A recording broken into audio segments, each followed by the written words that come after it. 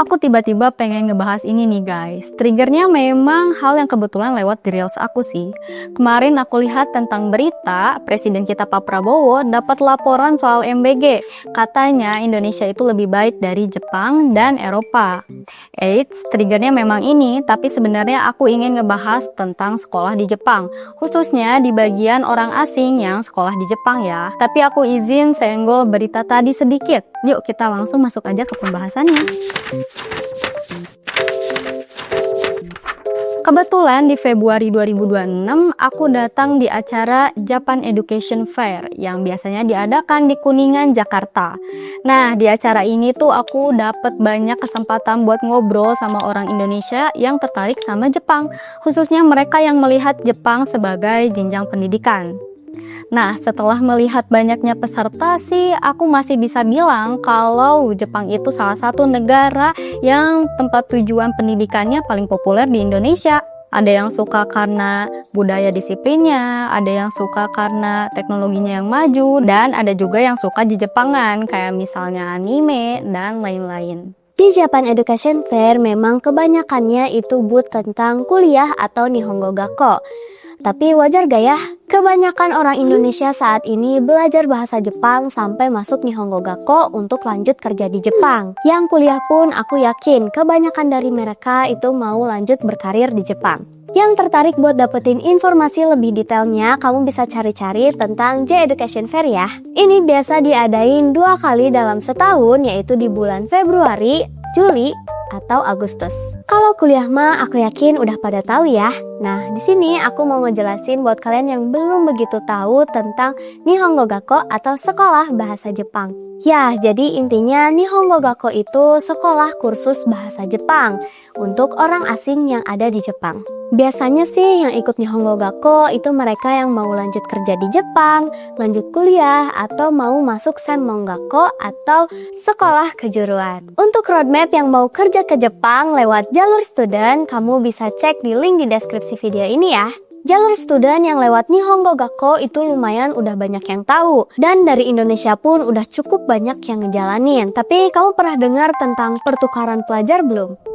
Di antara Indonesia dan Jepang, sebenarnya ada program pertukaran pelajar sih, khususnya pelajar SD sampai SMA. Memang belum terlalu banyak sih pesertanya, mungkin karena belum banyak yang tahu tentang program ini. Tapi kalau aku coba kenalin sedikit, ada program AFS yang diadakan oleh Bina Antar Budaya, dan ada juga program YFU Secondary School, dan ada juga program Rotary Youth Exchange. Nah, mungkin masih ada lagi sih programnya, cuman kebetulan 3 tadi itu yang pernah aku dengar aja. Jadi kalau teman-teman ada yang tahu tentang program pertukaran pelajar lain, boleh coba tulis di kolom komentar ya. Untuk bisa berangkat memang perlu basic bahasa Jepang sih, dan beberapa case tentunya juga JLPT. Sedangkan yang lulus N5 dan N4 di bawah umur 18 tahun mungkin gak sebanyak apa yang kita bayangkan. Nanti kalau berangkat pertukaran pelajar, kalian bakal pakai visa student. Tapi kalau programnya long term 1 tahunan ya. Nah,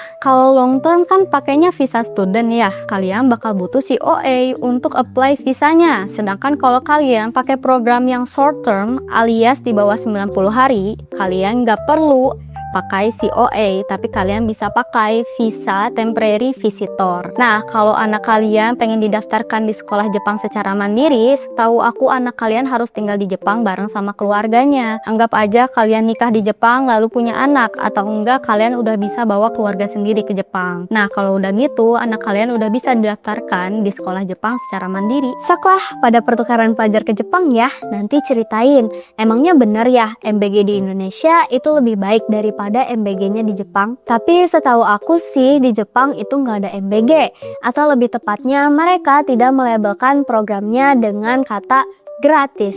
Tapi di sekolah-sekolah di Jepang, walaupun gak semuanya, itu biasanya ada program namanya Kyoshoku, yaitu program makan siang sekolah di Jepang. Terus ini juga gak gratis ya, meskipun disubsidi oleh pemerintahnya, orang tua murid harus tetap bayar untuk program ini. Dan kebanyakan program ini jalan di SD sampai SMP aja. Jadi mulai dari SMA mereka bawa bento dari rumah atau bisa beli sendiri di kantin sekolah. Apakah mungkin karena pada bayar, jadi makanan yang disediakan itu terlihat lebih menggiurkan?